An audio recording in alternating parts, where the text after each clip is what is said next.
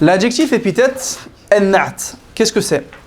En français, l'adjectif épithète se distingue d'un adjectif attribut par le fait que l'adjectif épithète, tu peux le retirer de la phrase et la phrase elle garde un sens. Alors que l'adjectif attribut, qui vient après le verbe être, si tu le retires de la phrase, ça n'a plus de sens. Exemple, Nabil est intelligent. Si j'enlève intelligent ici, c'est un adjectif intelligent. Si j'enlève intelligent, ça a un sens ou pas? Nabil est, la phrase elle n'a plus de sens. Ça on appelle ça un khabar, un adjectif attribut. Par contre, si je disais l'étudiant intelligent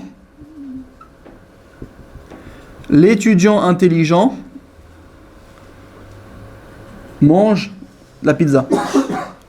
Est-ce que je peux enlever intelligent ici? L'étudiant mange de la pizza. Ça se dit ou pas? Bien sûr, ça se dit. Donc, quand tu peux l'enlever de la phrase et que ça garde un sens, on appelle ça un adjectif qualificatif épithète. D'accord? Un na'at en arabe. C'est des mots à apprendre. Na'at, adjectif qualificatif épithète. En français, l'adjectif qualificatif d'épithète, tu le mets où par rapport au mot qu'il qualifie? Exemple, le beau livre, avant. La grande table, avant. Et je veux dire qu'il est rouge. Tu dis quoi? Le rouge livre? Le livre rouge. Ah, c'est après. Parfois, l'adjectif, selon sa catégorie, en français, il va se mettre après le mot qu'il qualifie. Tu dis pas le rouge livre. Tu dis le livre rouge. Tu mets après le mot rouge, l'adjectif, qui te donne une information supplémentaire sur ce livre-là. Et des fois, il va être avant. Le beau livre. Et des fois, tu peux faire les deux. Voilà, tu peux mettre deux adjectifs épithètes, ou bien, des fois, les deux se disent. L'étudiant musulman, tu peux dire le musulman étudiant. Il y a différentes manières de faire. En français, donc, l'adjectif qualificatif épithète, le na'at, il peut se mettre soit avant le mot qu'il qualifie, soit après. En arabe, non. En arabe, il se met toujours après le mot qu'il qualifie. Juste après le mot qu'il qualifie. Donc, si tu as écrit l'étudiant intelligent, le mot intelligent, il sera après le mot étudiant. El-talib, el-zaki. Si c'était écrit, je sais pas moi, le petit cahier. Petit, il est où dans la phrase là en français? Petit cahier, il est avant. C'est lui l'adjectif, petit. À la base, c'est le cahier. Est-ce que je vais dire le as-saghir, ad-daftar? Non, je vais dire d'abord le cahier, ad-daftar, et ensuite je vais mettre le petit. Donc l'adjectif qualificatif épithète, ça c'est une des erreurs principales. Si vous pouvez, barakallahu fikoum, l'éviter depuis le début du cours, c'est excellent. L'adjectif qualificatif se met tout le temps après le mot qu'il qualifie. Parce que des fois en français, effectivement, tu vas le voir avant. Le petit cahier, ouais, il est écrit avant, mais tu n'as pas le droit de le mettre ici. Tu le mets après le mot. D'accord? Et comment on fait quand c'est dans une annexion? Ahsantum. Le petit cahier de l'élève. Là, on a un souci, là. C'est quoi le souci? C'est que d'habitude, tu nous as dit que l'adjectif qualificatif se met après le mot qui qualifie. Donc là, après cahier. Or, si je fais ça, je ne respecte pas quelle règle? La première règle, l'annexion. Les deux termes ne sont jamais séparés. Donc, c'est quoi la solution à votre avis? On va le repousser après l'annexion comme on avait fait pour le démonstratif. Donc, on va dire littéralement le cahier de l'élève, petit. Mais quelqu'un pourrait dire, mais Mouallim, s'il est après là, comment je sais que ça concerne le cahier et que ça ne concerne pas l'élève, la déclinaison grammaticale, etc. Comme on va le voir dans le cours, Inch'Allah. Ah, très bonne question. Ça, on va voir, c'est des cas où on doit casser l'annexion. Il a demandé si jamais c'est écrit « ce petit cahier ». Donc le « ce », quand il concerne le premier terme, on sait que lui, tu le repousses. Et il y a également un adjectif épithète qu'on repousse. Est-ce qu'on met les deux les uns à la suite des autres? Non, vous allez voir que les Arabes ne font pas ça. Ils ne vont pas dire « daftar at-tilmizi, haza as-saghir ». Non, les Arabes, ils vont casser l'annexion. Ils n'utilisent plus l'annexion ici. Donc ils vont dire « haza al-daftaru al-saghiru ». Ce petit cahier, et ma particule magique qui me sert à casser, li at-tilmizi, à l'élève, et après ils continuent leur phrase. Donc on verra quand est-ce qu'on casse l'annexion, quand est-ce qu'on ne casse pas l'annexion. Première des choses. Première information que j'ai, c'est que l'adjectif qualificatif épithète, c'est un mot que je peux retirer potentiellement de ma phrase et ça garde un sens. Deuxième information, c'est qu'en arabe, il est tout le temps où? Après le mot qu'il qualifie.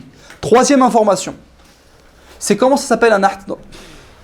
Comment ça s'appelle un adjectif qualificatif épithète dans la langue arabe? Un art. Et le mot qu'il qualifie, il s'appelle man'out. Par exemple, la belle voiture. Il est où l'adjectif? C'est quoi qui me donne l'information? C'est belle, elle est pas vieille. Donc, le mot belle, c'est l'adjectif qualificatif. Donc, il va venir après. Jamila. Le mot voiture, il est qualifié. Un mot qui est qualifié, il est man'out. Il est épithété, il est qualifié.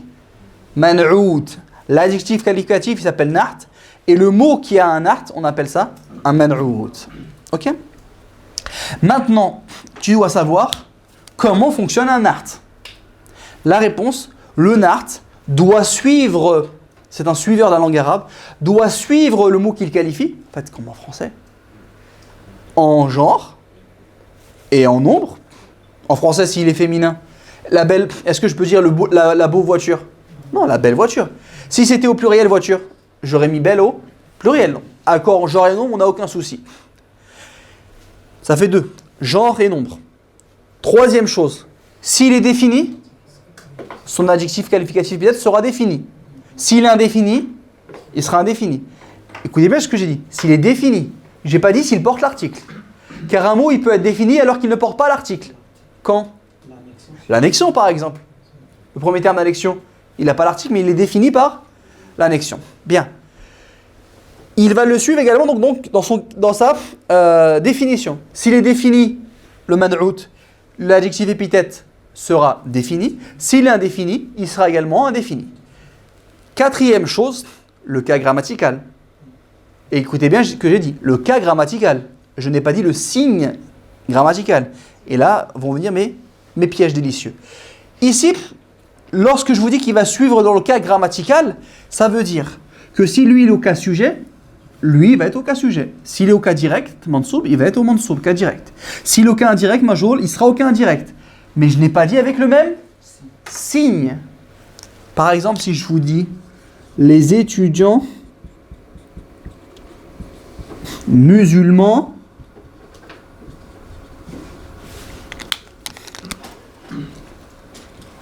mangèrent au passé. Donc, akala, que au singulier car il est apparent. Les étudiants musulmans, je mets qui en premier? C'est les étudiants. Comment on dit les étudiants? At-tullab.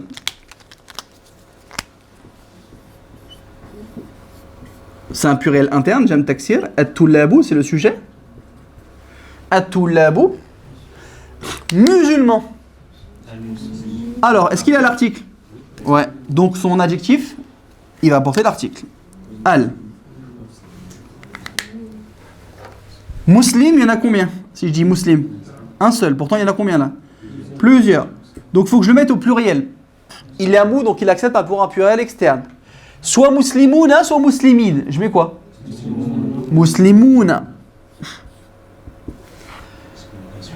Il est au cas sujet, il est au cas sujet. Mais est-ce qu'ils ont le même signe? Ils n'ont pas le même signe. D'accord?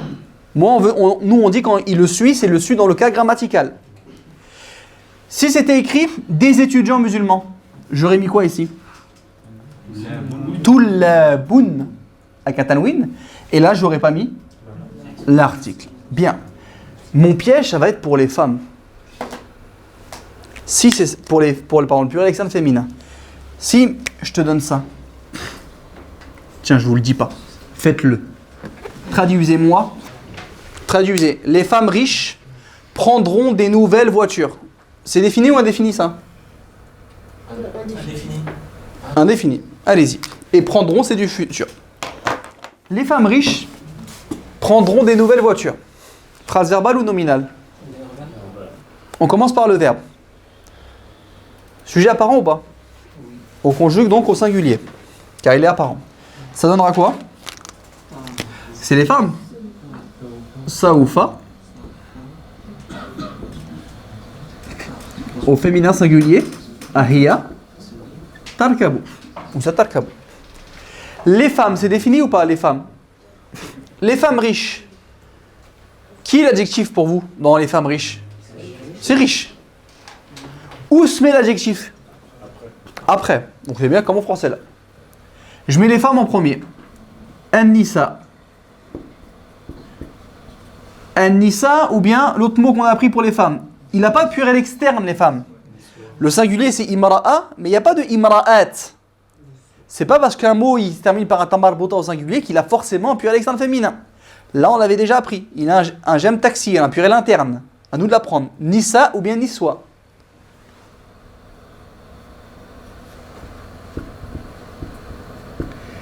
Un niswa, nisa quoi? Niswa tout, nisa où? C'est le fa'il, c'est le sujet. Pour l'instant tu me dis, j'ai pas de souci. Les femmes riches. Et là il y a des soucis. Riche, vous avez appris quoi? C'est écrit ça dans le vocabulaire, c'est écrit rani, pluriel. Orniya. Là, qui est riche? Ça doit s'accorder avec qui est riche? Avec les femmes. En genre et en nombre. Comment on fait pour mettre un mot au pluriel? Là, ça c'est pour. Qui est-ce Arnia? C'est qui ce qui est Arnia? C'est des garçons ou c'est des filles ça? C'est des garçons. Moi je veux des riches filles. Comment on fait? On prend le singulier. J'ai vu des gens qui m'ont pris ça et m'ont mis et, Arniyat, Arniyaat. D'autres qui m'ont mis un tamalbota, Arniyat.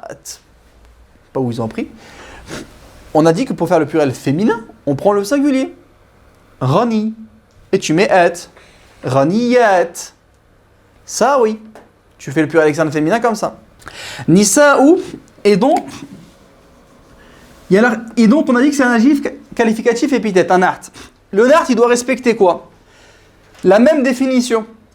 Est-ce qu'il est défini, Nisa? Ouais. On voit bien l'article. Donc, qu'est-ce qu'il faut mettre à son adjectif? L'article. Rani. El Rani, c'est un seul. Il faut accorder en genre et en nombre, au pluriel. El-Raniyat, c'est les riches filles. El-Raniyat. Il doit être, donc, la même définition, on l'a fait, défini. Il doit être dans le même genre, on l'a mis au féminin, et on l'a mis au pluriel, même nombre. Il nous manque le 1. Auquel cas il est? Nisa'u. Il est au cas sujet. Donc lui, il va être au cas sujet. Le cas sujet pour le pluriel externe féminin, c'est quoi? C'est bien Atu. J'ai respecté mes 4 conditions. On continue. Elles prendront quoi, ces femmes riches? Des nouvelles voitures. Qui est l'adjectif? Qui est le nart ici? C'est nouvelle. Où est le nart dans la langue arabe? Après. Alors qu'en français, il est où? Avant ici. Donc on va repousser nouvelle. On dit d'abord des voitures. C'est indéfini. Des voitures. Sayyarat. Elles prendront quoi? Maf'ul bihi COD. Des voitures. C'est quoi? Tin. Au cas direct du pluriel externe féminin. Sayyaratin. Comme c'est indéfini, on met le tanwin. Sayyaratin. Elles prendront quoi? Maf'ul bihi. Des voitures. Et là, on va mettre nouvelle. Vous avez appris quoi, nouvelle, vous? Jadid. Pluriel. Judud. C'est un pluriel masculin, ça, ou féminin? Masculin. Donc, moi, j'ai besoin de voiture. Ok. J'ai vu des gens qui ont essayé de faire. Et donc, ils ont pris le singulier, Jadid, et ils ont mis le pluriel. Parce qu'on parle des voitures. Jadidat. Sauf que, ma fameuse règle qui me poursuit encore. Qui est-ce qui est nouvelle? C'est les voitures. Elles n'ont pas la raison. Donc on va accorder au féminin singulier. C'est l'exception à la règle. C'est pour ça que je vous ai mis une belle étoile jaune. D'accord? Belle étoile rouge avec un truc en jaune. C'est l'exception. On n'accorde pas en genre et en nombre quand ça renvoie à un pluriel, de chose qui n'a pas de raison. Ma fameuse règle. Donc ici, il fallait choisir, il fallait mettre au féminin singulier, le nart. Et on applique les deux premiers points. Là, ici, on ne peut pas appliquer ces points-là. Les deux premiers points le même cas grammatical et la même définition. Il est indéfini, il sera indéfini, pas d'article. Et je mettrai le tanwin. Jadidat, ça, c'est pas un pluriel externe féminin. C'est un féminin singulier. Ça renvoie à un pluriel, chose qui n'a pas de raison. Il est auquel cas, lui? Parce qu'il doit être dans le même cas que lui. Il est auquel cas grammatical? Il était au mansoub, au cas direct. Lui aussi va être au cas direct. Mais est-ce que c'est le même signe? Ça, c'est le cas direct pour le pluriel externe féminin. Ça, c'est le cas direct normal. C'est quoi le cas direct normal? Et c'est ça mon piège principal de la leçon. In, an. Ou an, in, peu importe. C'est que l'élève va voir in. Littéralement, il va regarder à côté, il a vu ou, il met ou. Il a vu a, il met a. Là, il va voir in, il aura envie de mettre in. Et c'est pas pareil. Ça, il va revenir plein de fois. Celui-là. Là, il est bien au cas direct, mais du pluriel externe féminin, avec le i. Là, il est bien au cas direct, mais de base. Parce qu'on n'a pas mis au pluriel externe féminin, on a mis au féminin singulier.